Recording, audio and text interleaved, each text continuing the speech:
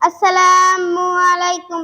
খুব বেশি মনে পড়ে তোমাকে, খুব বেশি মনে পড়ে তোমাকে, খুব বেশি মনে পড়ে তোমাকে, খুব বেশি মনে পড়ে তোমাকে। ও আমার প্রিয় নবী, ও আমার প্রিয় নবী, ও আমার প্রিয় নবী, ও আমার প্রিয় নবী। খুব বেশি মনে পড়ে তোমাকে, খুব বেশি মনে পড়ে তোমাকে।